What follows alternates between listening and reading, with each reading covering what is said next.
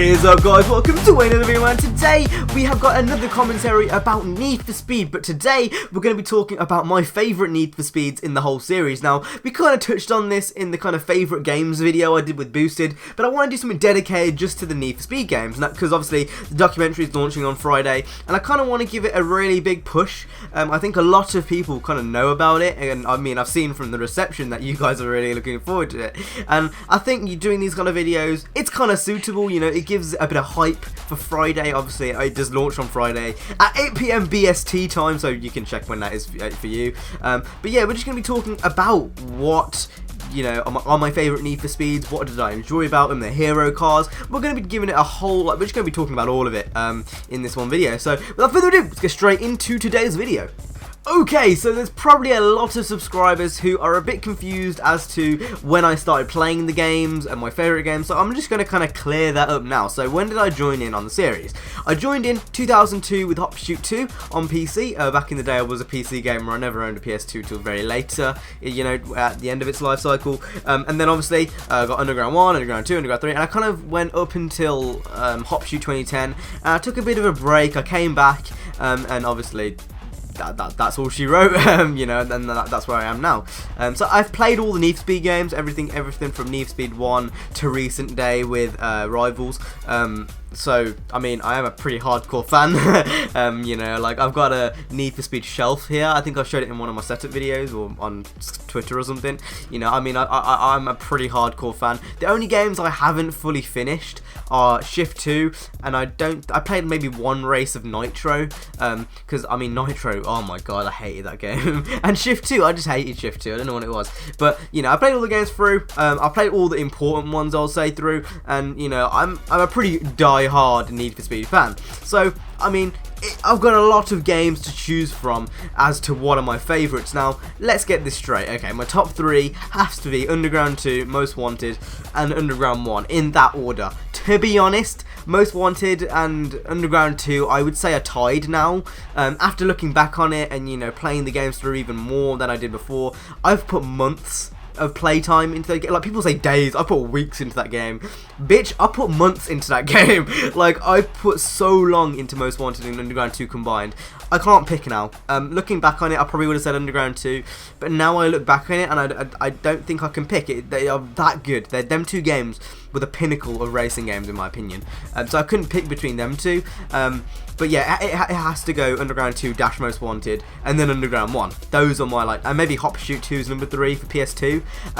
So those are my top 3, but damn, there is some really good games in the series which are really overlooked. So we're going to go ahead and talk about that right now. So one game which I personally think is really overlooked in the series is Need for Speed 3 Hop Shoot. So that was the original Hop Shoot game released on PS1 and PC, I believe, and maybe 3DO, although I'm not sure about that one. You know, it was a really good game. You know, even to this day, you can go back on that game. It's not a game, you know, I'd religiously play, mainly because I don't have that type of nostalgia that some people at the time would have, but I can still go back to that game. You know, I mean, I got in the series in 2002, but I can still go back to that game made in 1997 and have fun, and I think that says everything, really, about what Need for Speed really did. And I'm not sure, really, for Need for Speed generally, what it kind of captures that no other game does. It seems like no matter who the developers are, Need for Speed captures a certain kind of flair which other games don't. Like, Need for Speed has a certain aura around it that, say, the Crew, Forza just doesn't have, and I don't know, there's just something about it. Like, even Rivals, that game lasted quite a long time for a game that only had 3 months development time. It's quite weird to kind of, you know what this kind of Need for Speed aura is, because only Need for Speed games have it, if you know what I mean. I'm sure you guys understand where I'm coming from here. So yeah, I mean, Need for Speed 3 Hop Shoot was an amazing game. If you have got some spare money, I legit, like, suggest you to go to the store, you know, go into the used games store. It's gonna be cheap there now. Have a look for it. It is really that good. High Stakes, again, another amazing game. High Stakes was basically Hop Shoot 1, you know, Need for Speed 3 Hop Shoot Shoot on steroids. So if you enjoy Hop Shoot, then you'll enjoy High Stakes. Two great games in the series. Another game that was really overlooked in my opinion, or underlooked, or just underrated, I guess I should say, is Need for Speed The Run and Undercover. Undercover, in my opinion, had some of the best story in a Need for Speed game, and I think it was overlooked because of its physics. I don't like Undercover's physics personally. They're really twitchy. Well, not twitchy. They're really, really light. Like lighter than Carbon, and I thought Carbon was light, and I thought that was the max they could go, but they just went ahead and made it even lighter. So I didn't really personally like that. I thought, you know, having the car feel a bit heavier was a lot more appealing to me, like it was in Most Wanted, Underground 2, etc. But I think, you know, the story in that game really made up for its bad physics. The story was unbelievable, you know, it was the first story we had in a Need for Speed which was actually serious, and I think that was, it was really well done, you know. If we had that in, you know, earlier games, I think it would be praised. I think the only reason people didn't like it was because of the physics, and you know what, I can't blame them, you know, the open world had no point, like there was no point to it. Same as Carbon in a way for me personally. I didn't feel Carbon really had much point in its open world, but nor did Undercover, you know. I mean, you could easily go to events. For me personally, I played Undercover as if it was like a track-based racer, so, you know, I didn't really use the open world. I only used it for the cops, which is where I thought the cops were really good in Undercover. There's a few glitches here and there with the cops and, you know, what they would do, but I thought overall the cops were really good, and it was a really good return. I think Undercover is a really, you know, underrated game. And then The Run, oh man, I don't understand what that game did wrong. Like, a lot of people didn't like that game. It got, you know, mixed review scores, but I think The Run was a really amazing game. Another amazing story, which, you know, the black guys, the black guys the black guys, no, the black box guys, sorry, you know, another amazing story which they did, and I think it's just overlooked compared to some of the other games. You know, my worst in the series, I've got to say, Shift 2, Most Wanted 2012. I personally don't mind Criterion drifting, but it just doesn't work in a city. You can't do it in a city.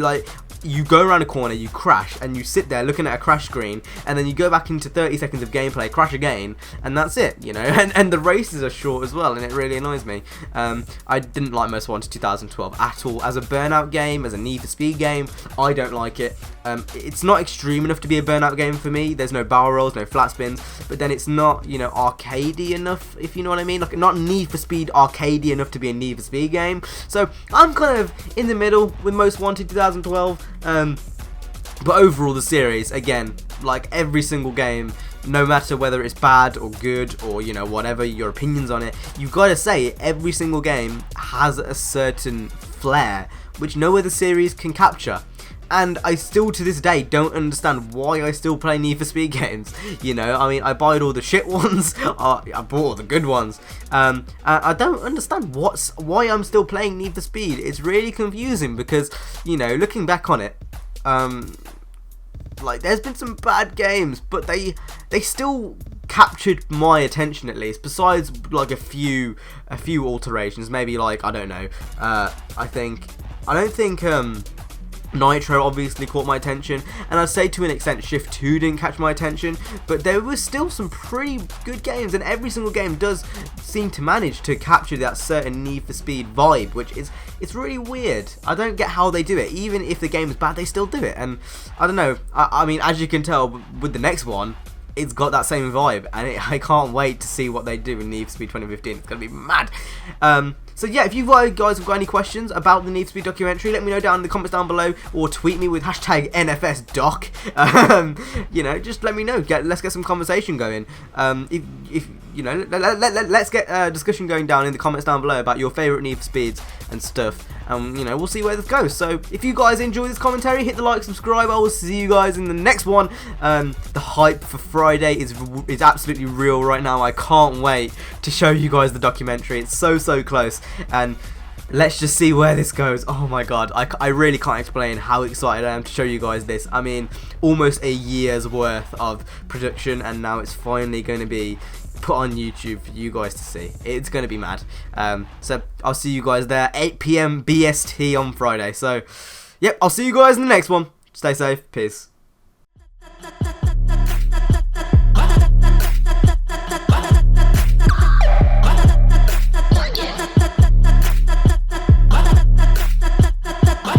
This the kind of beat to go.